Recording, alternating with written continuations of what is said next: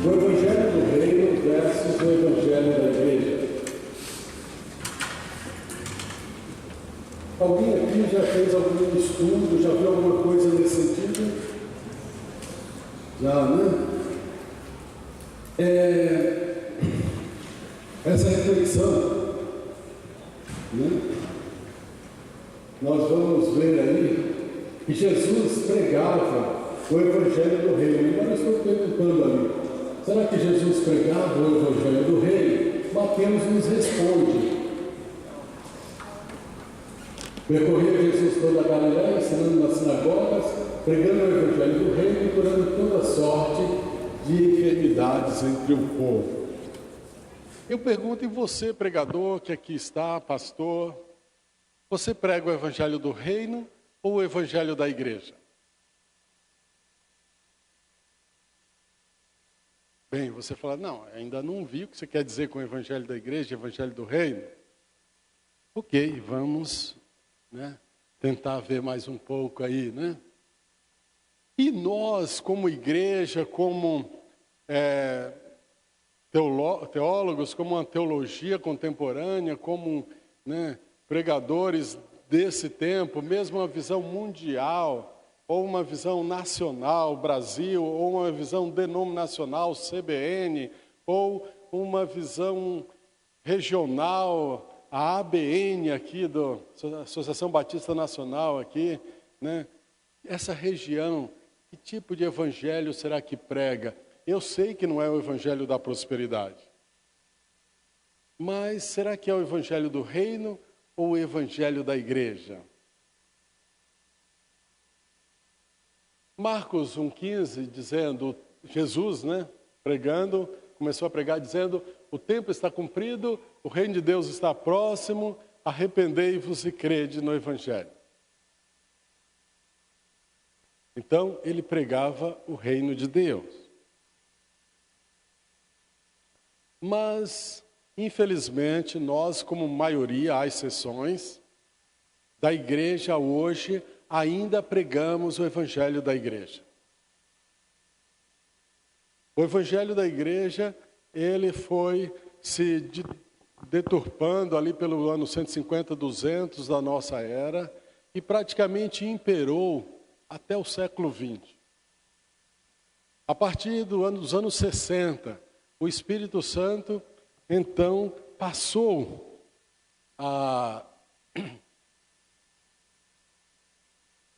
trabalhar na igreja, buscando que a igreja mude a ênfase para pregar o Evangelho do Reino. Então, ao pensarmos, e como eu falei que não responder a pergunta o que é o Evangelho do Reino da igreja, vamos pensar primeiro o que é Evangelho, né? Aqui está aqui o Evangelho, e nós sabemos que o Evangelho são as boas novas. Que Deus aceitará que o inocente morra no lugar do culpado. Não é isso? Deus aceitará que alguém pague a dívida de um outro. E Deus poderia até nem aceitar. Ainda, a boa nova do Evangelho é de que Deus já proveu o único inocente capaz. Aleluia! Só uma pessoa no universo poderia pagar a nossa dívida. Arcanjos não poderiam. Serafins, querubins não poderiam. Muito menos anjos. Homens, muito menos. Mas o Deus Filho, se fazendo homem, poderia, e pôde, e fez. Então, o Evangelho é a boa nova, é a mensagem de redenção para a humanidade, redenção essa providenciada por Deus e disponível ao homem de graça. Que coisa fantástica, né? Que maravilha, que mensagem tremenda é o Evangelho. O Evangelho é o poder de Deus para a salvação de todo aquele que crê. O Evangelho, então, é a salvação pela fé. A salvação pela fé no Evangelho. Na mensagem de que o Rei morreu pelos pecadores.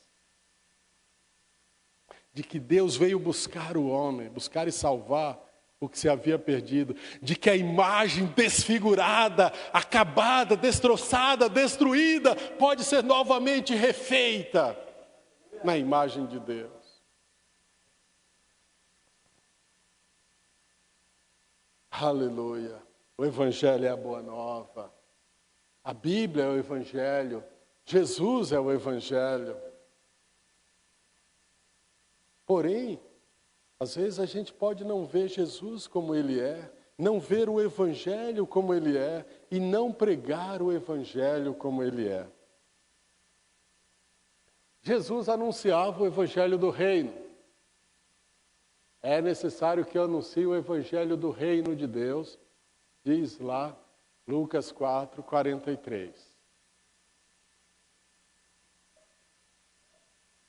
A palavra reino aparece 116 vezes nos evangelhos e a palavra igreja 2 vezes.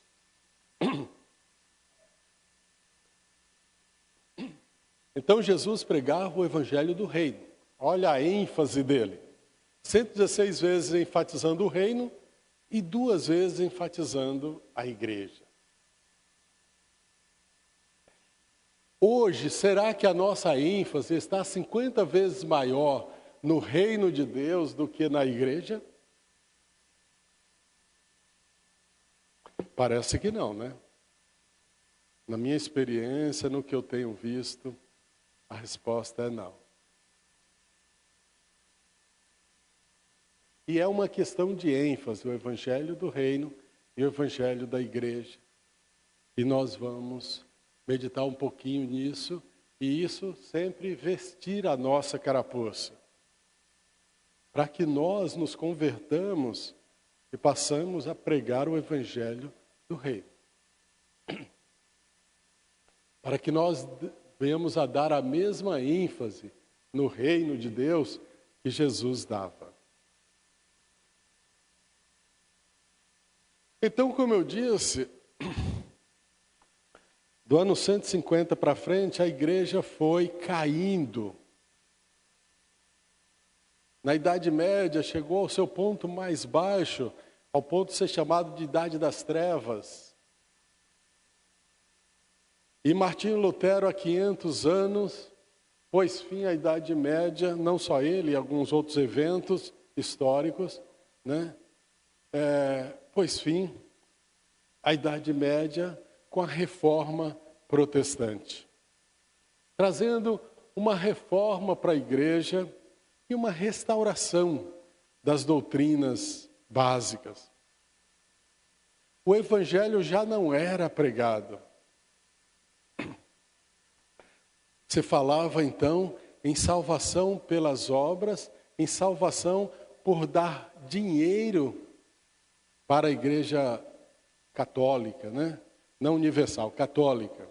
Mas católico e universal é a mesma coisa, o significado, tá? Então, católico quer dizer universal, universal quer dizer católico, quer dizer geral, amplo, né? Então, para dar dinheiro à igreja, alguém até falou que cada, não é centavo, o dinheiro da época lá, né?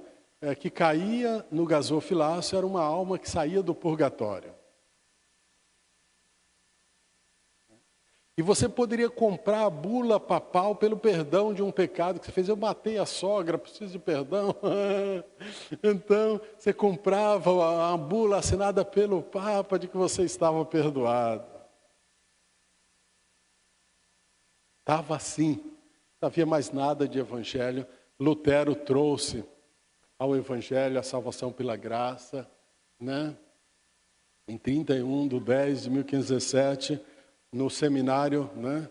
Na porta do seminário, ali na porta da igreja, que funcionava também um seminário, ele era professor de seminário, e ele estava estudando a carta aos Romanos, e ele pregou 95 teses que ele julgava erradas, erros da igreja católica.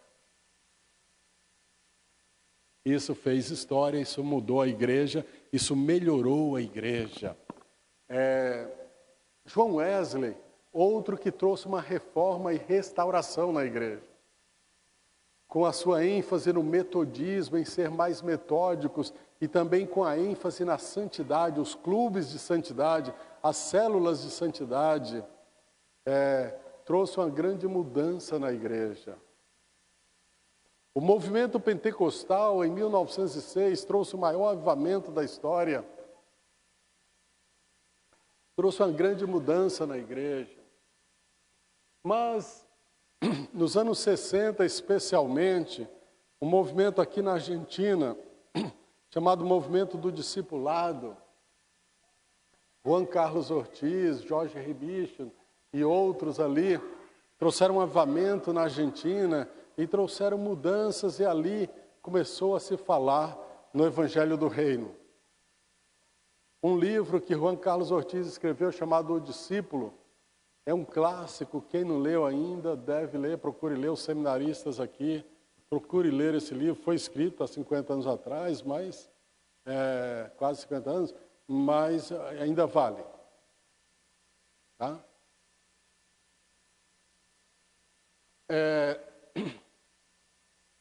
Deus quer restaurar o Evangelho do Reino. Nós vemos esse mover do Espírito Santo nos meios teológicos sadios. Claro que há uma teologia liberal, há uma teologia materialista, né? Profissional. Inclusive o próprio MEC, ele busca formar profissionais e não ministros.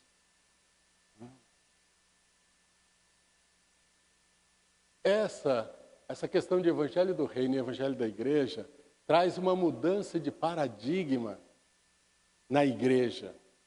Traz uma mudança hermenêutica na forma como a gente lê a Bíblia.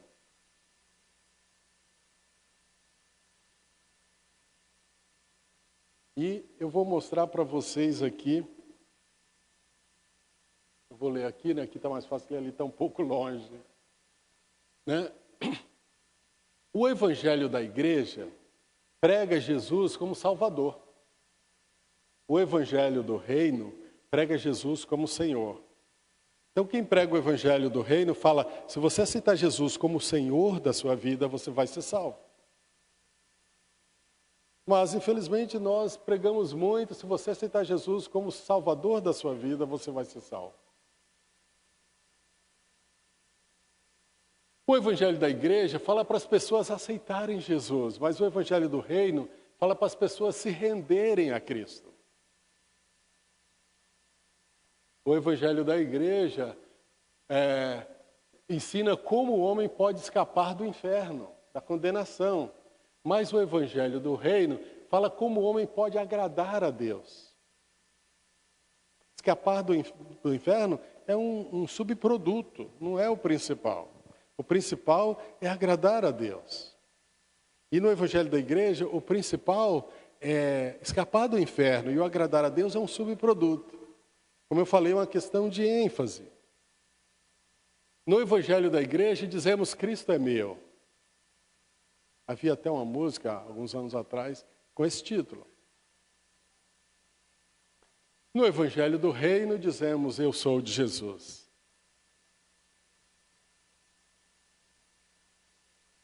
O Evangelho da Igreja diz que quem não tem a igreja como mãe não pode ter Deus como pai. Cipriano já dizia isso no ano 300. Mas no Evangelho do Reino, quem não tem Jesus como Senhor não pode ter Deus como pai.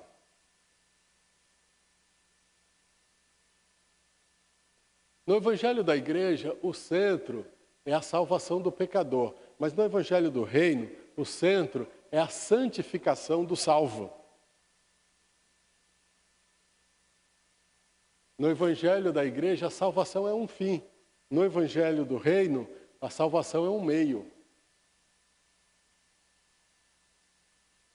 No Evangelho da Igreja, damos ênfase a ser membro da igreja.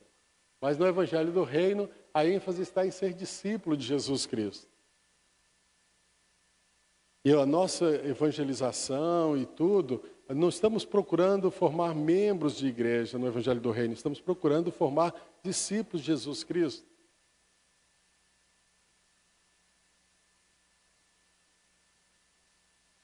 Então, a finalidade do Evangelho da Igreja é salvar o homem, mas a finalidade do Evangelho do Reino é satisfazer a Deus. Então, no Evangelho do Reino, dizemos que a finalidade da evangelização é conquistar para o Cordeiro vidas que possam agradar a Deus. Vidas que Cristo morreu, o Cordeiro morreu, para transformá-las em pessoas que agradam a Deus. Este é o foco, a ênfase, né? A finalidade é produzir no coração dos pecadores uma situação tal que Deus possa falar: esse é meu filho amado em quem eu agrado. No Evangelho da Igreja perguntamos: o que a igreja pode fazer por mim? Isso está na moda hoje. Essa igreja tem estacionamento? Não, então não vou. Lá em São Paulo é assim, aqui acho que não é assim não, né? Não vou ser membro dessa igreja não, porque o meu carro fica na rua. É o que a igreja pode fazer por mim. Mas no Evangelho do Reino, o que eu posso fazer pelo reino de Deus?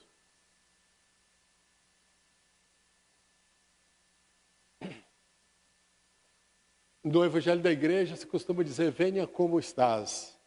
No Evangelho do Reino, arrependa-se e creia.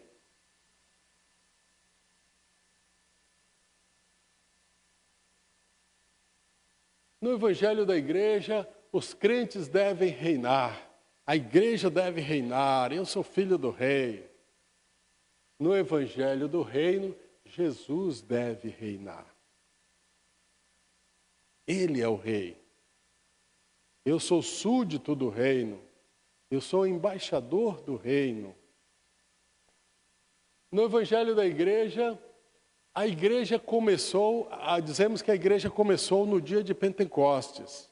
No Evangelho do Reino, Deus se lembrou, o reino de Deus em Cristo é uma continuação de Davi, Moisés e Abraão. Né?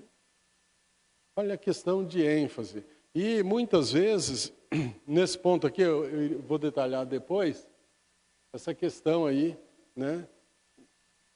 Quando a igreja começou, e algumas época da graça, época da lei, ou sei lá o que mais, vamos falar um pouquinho sobre isso.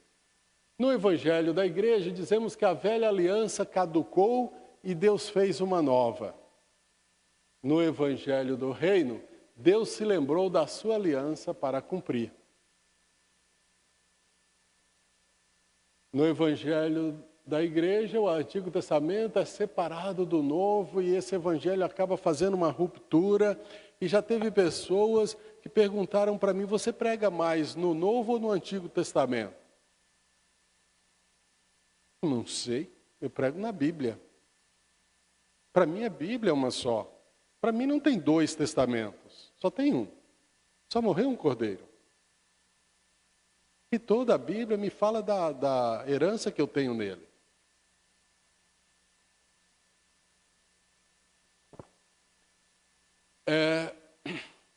Então, mas nós aqui do Evangelho do Reino, o Novo Testamento é apenas uma continuação do Antigo e Jesus é o centro dos dois. Se eu estou falando alto aqui. O Evangelho da Igreja, então, forma essa ruptura, né?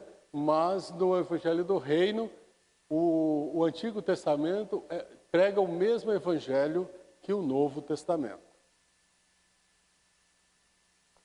Paulo disse para Timóteo: tu sabes as sagradas letras que podem tornar-te sábio para a salvação em Cristo Jesus. E ele estava se referindo às sagradas letras do Antigo Testamento. O Antigo Testamento prega Cristo. Quando um homem pegava um animal e colocava a sua mão sobre a cabeça dele e confessava os seus pecados na cabeça daquele animal, ele estava se lembrando que Deus aceitará que o inocente pague pelo culpado. E, em suma, no fundo, ele sabia que aquele inocente não tinha capacidade de pagar a sua culpa. Mas se Deus mandou fazer aquilo, Deus ia dar um jeito com a culpa. E agora, ele fez a sua parte, ele obedeceu o que Deus mandou, o resto é com Deus. Então, Davi já esperava a vinda de um cordeiro de Deus, porque aquele cordeiro, será que tem capacidade para pagar a culpa de um homem, um ser moral? Enfim, a lei prega a graça. O Antigo Testamento prega o Evangelho.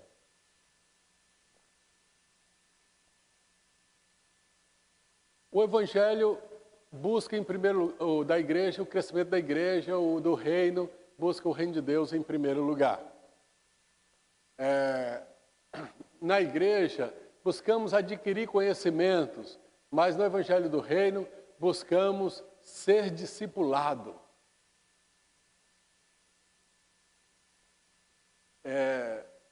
Na igreja, o crente ele deve ser formado como membro, ele deve ser integrado na igreja, mas no reino de Deus, o crente ele deve ser um embaixador e um soldado.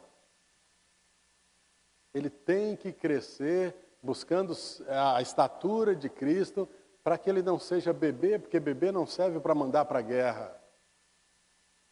Mas no Evangelho da Igreja, aliás, lembrando do Juan Carlos Ortiz, né, ele é da Assembleia de Deus, lá na Argentina, né, nos anos 70. Ele fez um retiro espiritual, ele sozinho saiu para orar e falar com Deus. Em 3 dias ele foi para lá, em jejum. E Deus falou para ele, Juan, com quantos membros você pregou a igreja? Com 200 membros. Quantos membros está agora? Com 500 membros. 2 anos, você acha que está bom? Está bom? Eu acho que está bom. Ele falou, tem um problema. Você pegou a igreja com 200 bebês e você tem agora 500 bebês para trocar a fralda, para cuidar, por isso que você está tão sobrecarregado. Você tem que dar um jeito deles crescerem. Você tem um orfanato, você não tem uma igreja. Só tem bebê na sua igreja. Não tem soldados lá. Então a ênfase em que o crente seja um soldado, um embaixador. No Evangelho da Igreja, então, as pessoas estão comprometidas com uma doutrina, mas no Evangelho do Reino estamos comprometidos com um rei. O Evangelho da Igreja não deixa de ser um evangelho de palavras, mas o Evangelho do Reino de Deus é um evangelho de poder. O reino de Deus não são palavras, é poder. Paulo disse isso, né? Por isso, entrando um pouquinho aqui para terminar, temos uns 10 minutos aí para a gente pegar um pouquinho aí na questão da igreja, a eclesia, né? E tomarmos cuidado para nós não termos essa ideia de que nós somos da noiva e os santos do Velho Testamento não são da noiva. Ou até Israel seria uma outra noiva. Deus tem 2 esposas. Abraão faz parte da igreja, sim. Abraão é nascido de novo, sim. Davi foi um homem cheio do Espírito Santo, batizado no Espírito Santo, sim.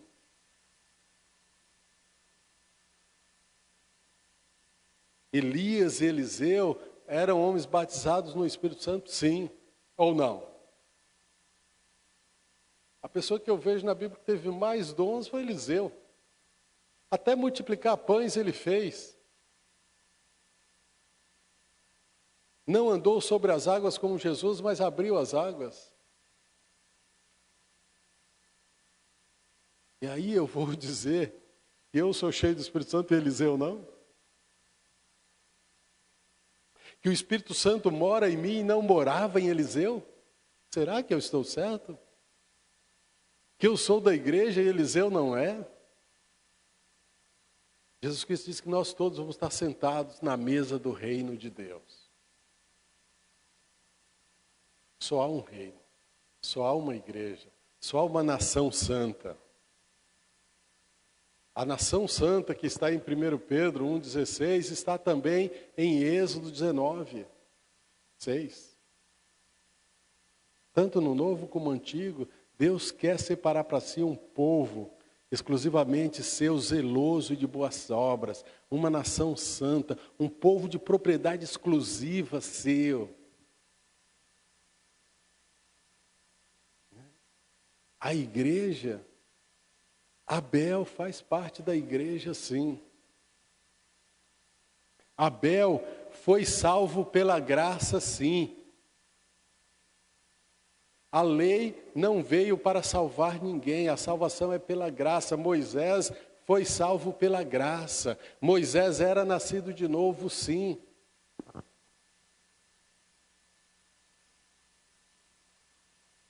Moisés tinha o Espírito Santo que nós temos, não era outro. Nosso irmão Moisés, mas a lei, nós não estamos na lei.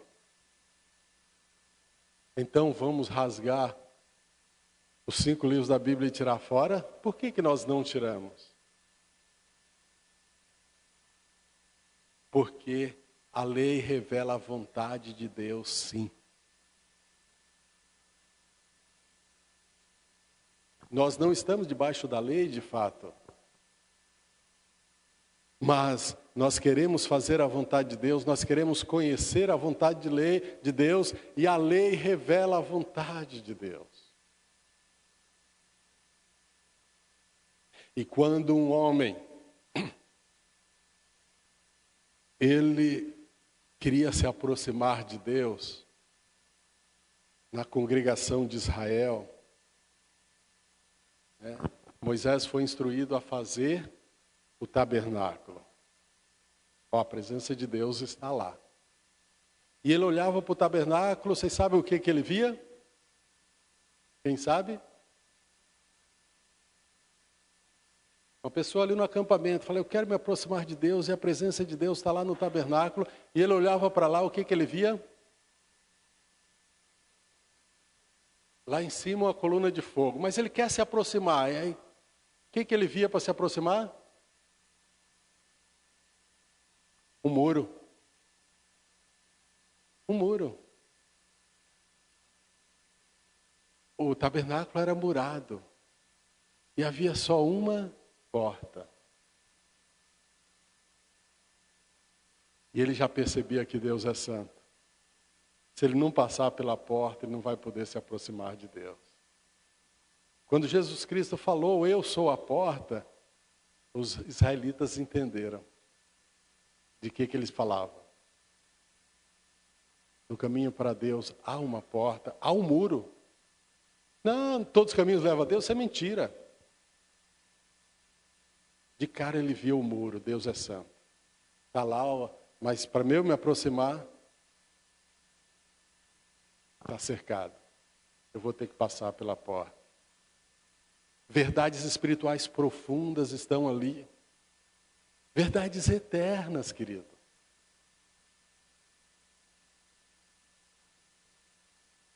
Nós sabemos que Jesus Cristo é sumo sacerdote, levou o seu sangue e apresentou no altar de Deus, não aquele do tabernáculo feito por mãos humanas, mas um, que aquele é cópia, lá no céu. Hoje existe lá um tabernáculo de Deus lá. E lá está um altar de Deus, e lá está o sangue de Jesus lá. Lá tem aquelas coisas que o altar exemplificava aqui, tem um real lá. Apocalipse diz que o anjo pegou o incensário do altar e jogou na terra. Apocalipse 8. Ele está falando do altar lá, do real, não do cópia que Deus mandou fazer aqui. Portanto, isso tudo faz parte do Evangelho. Aquele sumo sacerdote, ele todo ano levava lá um sangue naquele lugar. O nosso sumo sacerdote, de uma vez por todas, entrou no verdadeiro tabernáculo, não feito por mãos humanas. O feito por mãos humanas é cópia, é para nos ensinar como que é a realidade lá em cima. É Evangelho. Por isso, né? Nós não rasgamos o Antigo Testamento, não tiramos da Bíblia porque é Bíblia. É revelação de Deus, é verdade de Deus, é vontade de Deus. O Evangelho é a palavra de Deus, o Evangelho é Jesus Cristo, o Evangelho é a Bíblia. Também nós vemos o quê? No hebraico, igreja no Novo Testamento é eclesia. O Novo Testamento foi escrito em grego. Os seminaristas sabem, mas pode ser que alguns não saibam, né? E o hebraico foi escrito, o velho em hebraico, usa-se kahal para falar da congregação de Israel. Né? A Septuaginta, no ano 250 a.C., traduziu o hebraico para o grego e traduziu kahal por eclesia. Então, a congregação dos filhos de Israel, que nós lemos na Bíblia, poderia ser a igreja dos filhos de Israel.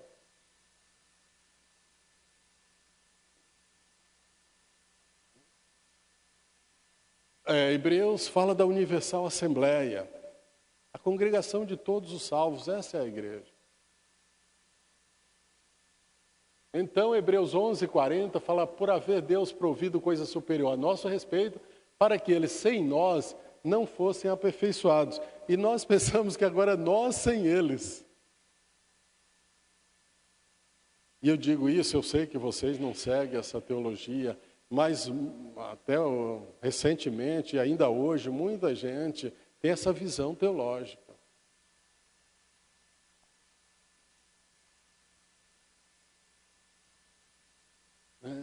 De que nós estamos no tempo da graça. Isso não é verdade. Se isso fosse verdade, a pessoa que nasce hoje nesse tempo, nasceria debaixo da graça. E eu pergunto, nasce? Não. Nasce debaixo da lei. Porque se ela não aceitar Jesus, não vir para a graça, ela vai ser julgada pela lei. Ela está debaixo da lei. Graça não é um tempo, é um lugar. Aquele que habita no esconderijo do Altíssimo, a sombra do Onipotente descansará. A graça é um lugar, é um varão. Que disse, vinde a mim. Os judeus falaram assim, mas quem é esse cara? Quem ele pensa que ele é? Pegaram até em pedras porque diz que ele se faz Deus. Estou dizendo a verdade para vocês. E o meu pai testifica comigo.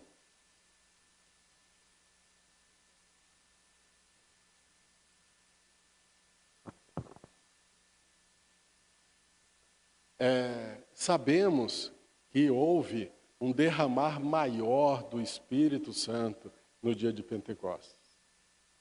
Houve uma graça maior no dia de Pentecostes. Ou nos nossos dias, há uma graça maior para os homens. Mas isso não é novidade, não é só maior, não é a única, a primeira, não.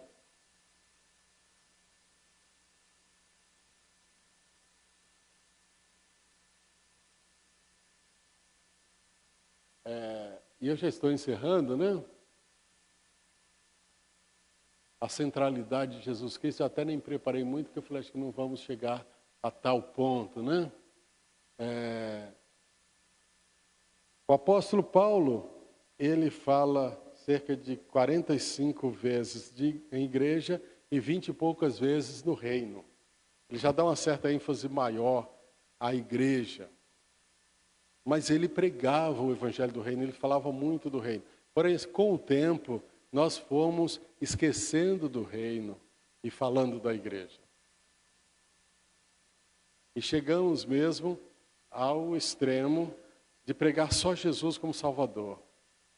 De até falar, tendes vós lugar vazio para... Vocês conhecem o cântico do cantor cristão? Para Cristo Salvador.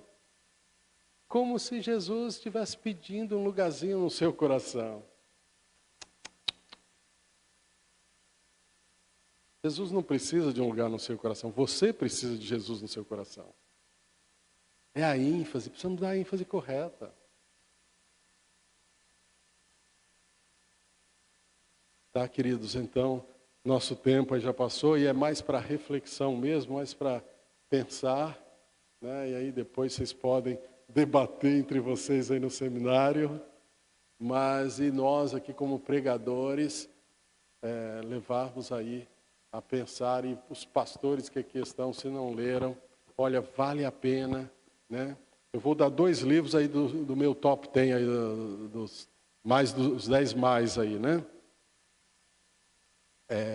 Aliás, eu vou dar 3. Se vocês quiserem anotar, O Discípulo, de Juan Carlos Ortiz, vale a pena ler. Todos ler, se puderem. A Vida Cristã Normal, de Watchman E Perfil de 3 Reis, Jane alguma coisa. Né? Estão entre os meus 10 melhores. Deus abençoe, pastor Marcos. Obrigado aí pela oportunidade. Oi? Segundo, Watchman.